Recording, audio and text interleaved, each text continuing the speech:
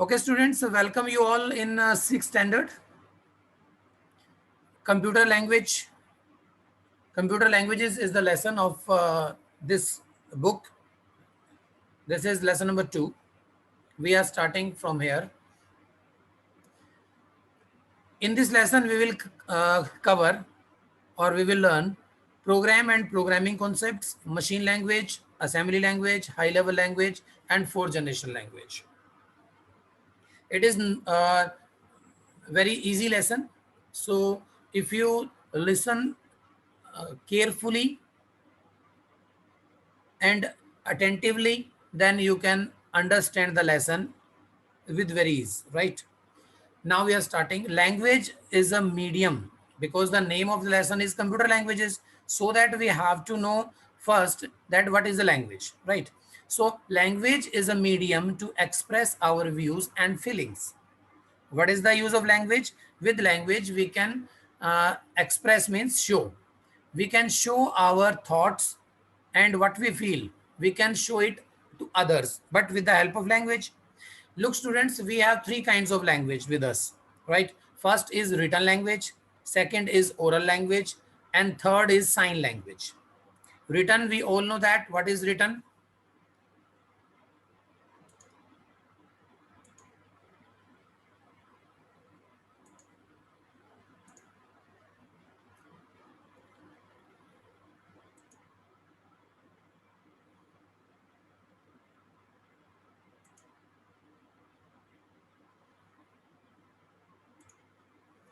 Written is we all know that what is written. When we share something with our writing, that will call a written language.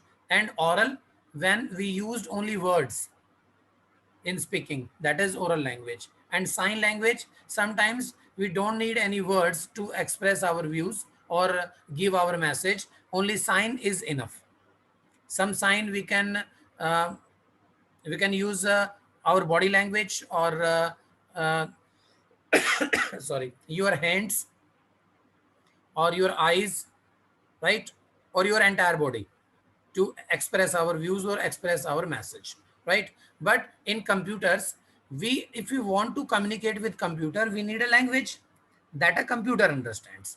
Look students, there is a problem. What is the problem? That computer cannot understand our language. Computer can understand only two digits, that is 0 and 1. And this set of 0 and 1 is called binary code or binary numbers, right? So the basic problem is this, that we know our language and computer know only its language, because a computer is a machine.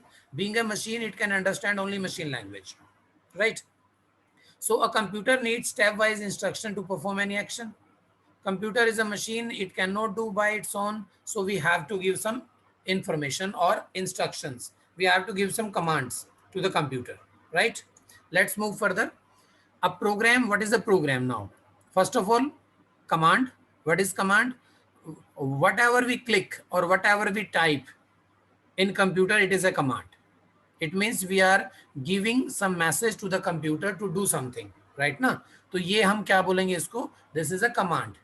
And what is a command or instructions, you can say.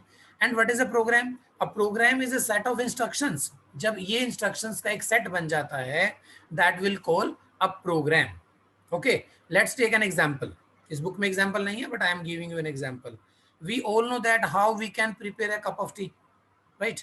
So all the commands, all the steps, like first of all, put a pan on the gas, switch on the gas, put some water in it.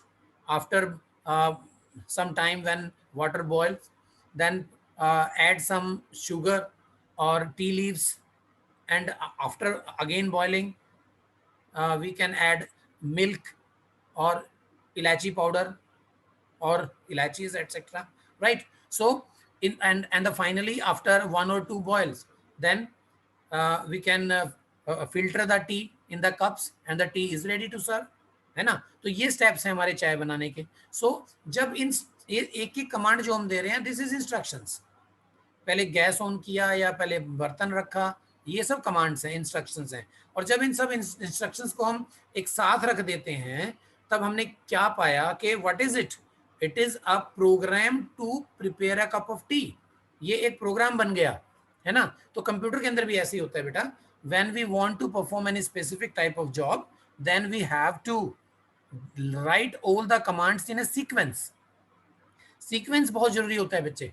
अगर sequence हमने तोड़ दिया, मान लीजिए आपने सब कुछ चाय बनाते हुए सभी कुछ सेम फॉलो किया, लेकिन जो वेरी फर्स्ट स्टेप्स था, जो हमारा जो सेकंड स्टेप था कि गैस पे पैन रखने के बाद गैस को स्विच ऑन करना है, वो हमने किया ही नहीं, है ना। तो क्या होगा फिर चाय बनेगी ही नहीं, है ना, क्योंकि हमने सीक्वेंस, हम कहे जी हम तो लास्ट में ऑन करेंगे, तब कुछ ना कुछ तो बनेगा, लेकिन वो चाय नहीं होगी अच्छे से, है ना। तो इसका मतलब क्या हुआ, sequence is must, sequence is most important in a program. तो जब हम कमांड्स को एक सीक्वेंस में लिख देते हैं, that become a program. Okay, now when we are writing our commands in a program that will call programming, ठीक है ना। जैसे प्ले होता है, व्हाट इज प्ले, प्ले कुछ भी खेलना, राइट। बट जब हम प्ले कर रहे होते हैं, what is it, playing. What is right, लिखना। और जब हम लिख रहे होते हैं, what is it, writing, right. Wear मैंने पहनना, और जब हम वियर कर रहे होते हैं, दैट इज वियरिंग। सेम ऐसे ही when we are writing any program in computer, it is called programming. जब प्रोग्राम लिख रहे हैं तो प्रोग्रामिंग हो जाती है, right.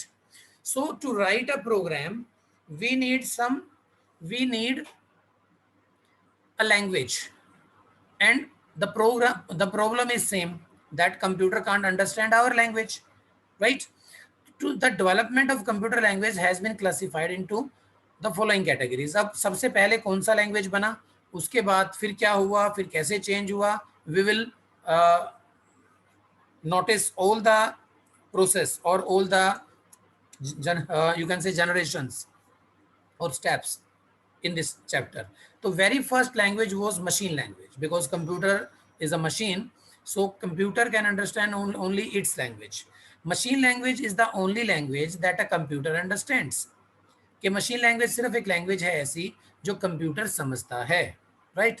It is expressed in binary form, that is zero and ones, zeros and ones, where zero means zero, zero means off, or and one means on। ऐसे ही zero means false and one means true, है ना। तो यानी अभी जैसे जो बच्चे अभी ऑनलाइन क्लास अटेंड कर रहे हैं, दे आर वन। अगर हम कंप्यूटर की लैंग्वेज में बात करें तो they are one because they are present, है ना। एंड जो नहीं अटेंड कर रहे हैं, दे आर एब्सेंट। तो कंप्यूटर की लैंग्वेज हम उसको क्या बोलेंगे, दे आर जीरो, राइट बेटा। I hope you understand. Machine language has the advantage of high speed and very low memory utilisation. क्यों ऐसा होता है कि ये मशीन लैंग्वेज बहुत ज़्यादा स्पीड थी इसकी, देखो बेटा, अगर बाय द वे मैं कोई ऐसी लैंग्वेज आपसे बोलूं जो आपको समझ नहीं आती हो, और आप ऐसी लैंग्वेज बोलो which I can understand, then we need a translator between us. हमें एक बीच में ऐसा आदमी चाहिए who can translate our language to each other, right, for each other, right. जैसे suppose I am using English, or suppose I am using another language like Kannada, right? And you can't understand Kannada. You can use suppose only English, and I can't understand English. Then what will happen? We need a person between us who can translate both the languages, है ना। तो इसलिए क्या होता है कि machine language जो थी वो तो मशीन की ही लैंग्वेज थी, जीरो वन। तो जो लोग थे वो जीरो वन में ही प्रोग्राम लिख देते थे, तो मशीन डायरेक्टली उसको समझ लेती थी, है ना। तो इसलिए उसको टाइम कम लगता था, उसकी स्पीड ज़्यादा थी। बाय द वे मैं आपसे उसी लैंग्वेज में बात करूं जो आपको समझ आती है तो डायरेक्टली समझ आ जाएगा, टाइम कम लगेगा हमें अपनी बात कहने में और समझने या समझाने में, राइट। तो इसीलिए उसकी क्या थी, एक तो स्पीड बहुत ज़्यादा थी, और एक दूसरा उसको कन्वर्ट नहीं करना पड़ता था दूसरी लैंग्वेज में, तो मेमोरी भी नहीं ज़्यादा लगती थी, स्पेस भी ज़्यादा नहीं लगता था। इसीलिए इसमें कहा गया है कि machine language has the advantage of very high speed and very low memory utilisation. बहुत ही कम मेमोरी यूटिलाइजेशन करना पड़ता था उसमें। Understanding and learning machine language is tough and time consuming process. Definitely अगर आपको सारी बातें 0111 0001 में बोलनी पड़े तो it is quite difficult, almost impossible to learn everything, और to express every command in zero ones, right ना, हम सारी बातें इसमें नहीं कर सकते हैं। तो एक तो ये अंडरस्टैंडिंग बहुत मुश्किल थी, कुछ ही लोग ऐसे थे जो इसमें काम कर सकते थे उस वक्त। It is very difficult to write, इसको लिखना भी बहुत मुश्किल था। जब समझ ही नहीं आएगा तो व्हाट विल यू राइट, लिखना ही मुश्किल हो गया, है ना। और उसके बाद क्या था, and debug programs written in the machine language. सबसे ज़्यादा प्रॉब्लम क्या थी कि अगर इस लैंग्वेज के अंदर if you make some mistakes then it was very difficult to find out the mistakes, है ना। तो वो डिबग प्रोग्राम करना मुश्किल था। डिबग का मतलब होता है किसी प्रोग्राम में एरर को ढूंढना कि क्या मिस्टेक है, क्या एरर है, उसको बोलते हैं debugging. It is extremely machine dependent. एक और प्रॉब्लम आ गई, व्हाट इज इट, कि जिस कंप्यूटर में आप इसको बनाते थे ये उसी में ही चलती थी बस। आप दूसरे कंप्यूटर में जैसे ही उस प्रोग्राम को डालते थे इट विल नेवर रिस्पॉन्ड। इसीलिए हमने इसको क्या बोला, मशीन डिपेंडेंट, यानी ये जिस मशीन पे बना दी ये उस पर ही डिपेंड रहेगी, right. That is why machine language is also regarded as low level language, means triple L, low level language. किसको बोला गया, मशीन लैंग्वेज को, क्योंकि बहुत मुश्किल थी, एक ही मशीन पे रहती थी, इसीलिए इसको लो लेवल बोल दिया गया कि इसका लेवल ज़्यादा नहीं है। A machine language program written on one computer may or may not run on another computer। कहता है एक कंप्यूटर पे जैसे इसको प्रोग्राम को लिखा जाता था तो उसको कॉपी करके कहीं और भी लेके जाया जाता था तो हो सकता था वो चल जाए, ये भी हो सकता था कि वो उस पर ना चले, ठीक है। Because of this very few people opt for specialisation in machine language. इसलिए मशीन लैंग्वेज के अंदर बहुत कम लोगों ने इसको सीखा, बहुत कम लोगों ने इसमें स्पेशलाइजेशन किया, यानी ट्रेंड हुए, राइट। उसके बाद अब ये प्रॉब्लम आ गई कि मशीन लैंग्वेज तो हमें समझ नहीं आती, हम कैसे लिखें, सिर्फ कंप्यूटर को समझ आती है, हमारे लिए मुश्किल हो गया, बहुत कम लोगों ने इसको सीखा। Now second step was assembly language. अब इस प्रॉब्लम को सॉर्ट आउट करने के लिए ह्यूमन ने क्या किया, इंसान ने क्या किया कि एक ऐसी लैंग्वेज बनाई जिसके अंदर 0 1 से हमारा पीछा छूट गया, ठीक है। लेकिन हमने उसमें कुछ कोड्स ले लिए, जैसे एड एडिशन के लिए ADD, subtraction for subtraction SUB, for multiplication MUL, for division DIV, right. ये हमने कुछ कोड्स बना दिए अपने। इसकी जगह हमने क्या किया, कोड बना दिए, किसकी जगह, 0 1 की जगह, राइट बेटा। And these codes was mnemonics codes. क्या नाम था उनका, मेनेमोनिक्स कोड्स। इसको मेनेमोनिक्स कोड्स बोला जाने लगा। जैसे मैं दोबारा रिपीट कर देता हूं, जैसे एडिशन के लिए ADD, subtraction SUB, multiplication MUL and division DIV। But it was the easy step for human being only, हमारे लिए तो आसान हो गया, but computer was on the same track. Computer तो वहीं अड़ा हुआ था कि मुझे तो 0 1 चाहिए, क्योंकि कंप्यूटर 0 1 ही समझता है। ये वहीं की वहीं छोटे बच्चे की तरह जिद पर था कि I can't understand any other language, please convert it into my language. That was 0 and 1, उसको वही चाहिए था। तब इसके लिए हमें एक कन्वर्टर की जरूरत पड़ी, एक ट्रांसलेटर की जरूरत पड़ी, जो बाय असेंबली लैंग्वेज को मशीन लैंग्वेज में कन्वर्ट कर दे। और असेंबली लैंग्वेज को कन्वर्ट करना था तो इस ट्रांसलेटर का हमने नाम भी वही रख दिया, असेंबलर, ठीक है बेटा। क्योंकि असेंबली लैंग्वेज टू मशीन करना था तो क्या बन गया इसका नाम, असेंबलर। अब प्रॉब्लम क्या आने लगी, अब ये टाइम ज़्यादा लगने लग गया, क्यों, क्योंकि पहले असेंबलर क्या करता था, असेंबली लैंग्वेज को मशीन लैंग्वेज में कन्वर्ट करता था, मशीन उसके ऊपर रिएक्ट करती थी, after that machine machine program को, मशीन लैंग्वेज को again convert in assembly language so that we can understand. Double काम हो गया ना। तो जो जो प्रोग्राम असेंबली लैंग्वेज में लिखा जाता था दैट वाज सोर्स प्रोग्राम, उसको क्या बोलते थे, सोर्स प्रोग्राम।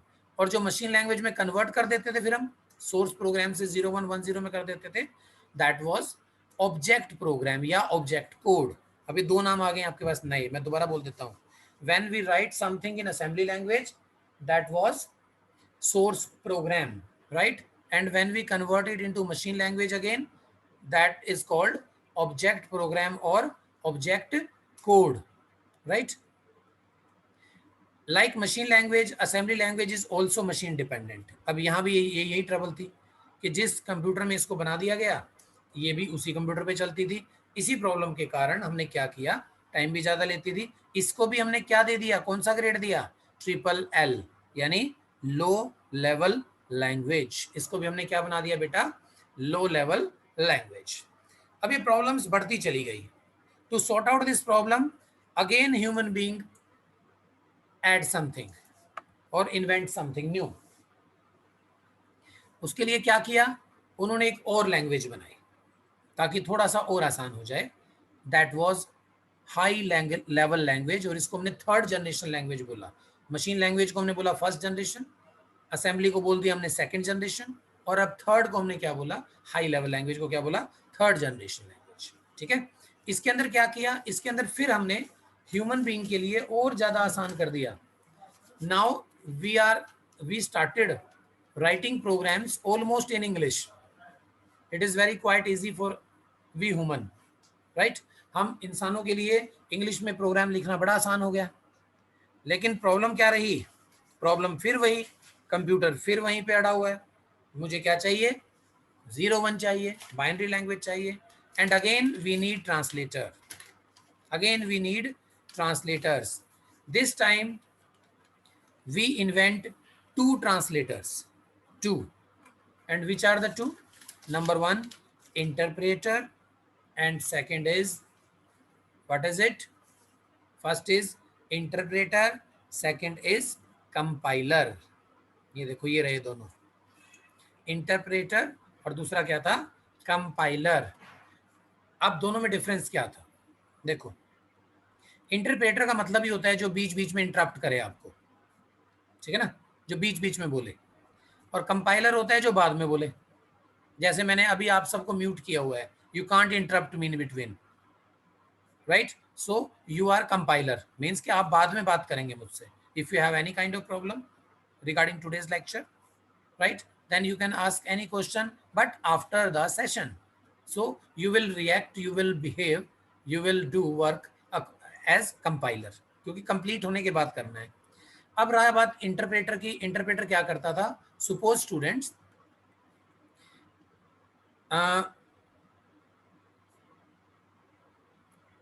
इंटरप्रेटर का क्या काम था कि suppose you have a program in which you write 10 lines, okay, interpreter convert line number 1, after that line number 2, but if line number 3 has some error, then it stops the execution, stop the process of the program, वो रोक देता था उसको। तीसरी line में अगर mistake आ गई तो वो प्रोग्राम को रोक देता था, एंड अगेन वो हमें मैसेज देता था कि there is a problem in line number 3, okay.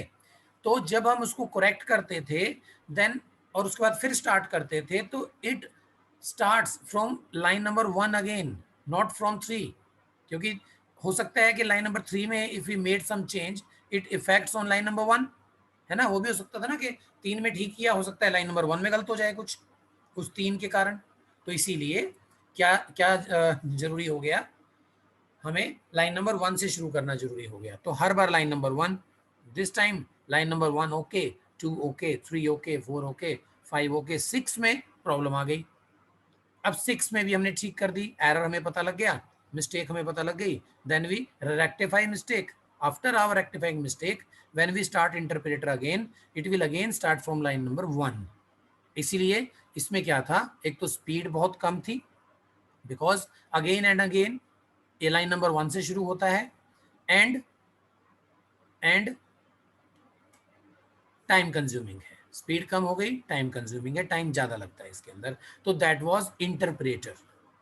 लेकिन इंटरप्रेटर हम कब यूज़ करते हैं, अब भी करते हैं यूज़, ऐसा नहीं करते हैं, अब भी करते हैं, लेकिन कब यूज़ करते हैं, when we want scanning process, one line wise line हमें स्कैनिंग चाहिए, then we use interpreter, right.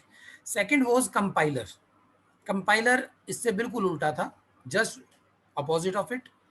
Suppose you have 10 lines, compiler will read or convert all the lines. If the problem in line number 3 and line number 6 and line number 9, after line number 10 it will give complete report, compile report, केवल line number 3, 6 और 9 के अंदर there are some errors, please rectify it. इसको rectify कर दो, इसको ठीक कर दो. तो जैसे ही इनको जैसे ही इसको रेक्टिफाई किया जाता था, तब ये दोबारा स्टार्ट इसको कर देते थे और सारी प्रॉब्लम एक बार में ही दूर हो जाती थी. राइट बेटा? तो that was compiler. Its speed was fast, very fast, है ना, and it was not time consuming. ये टाइम कंज्यूमिंग नहीं था.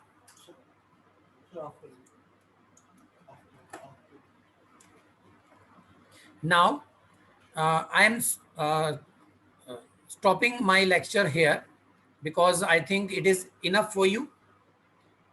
This is our first lecture, and I think enough for you for today. And if you have any kind of question, I am going to unmute you all. And after that, you can ask any question to me. Just wait.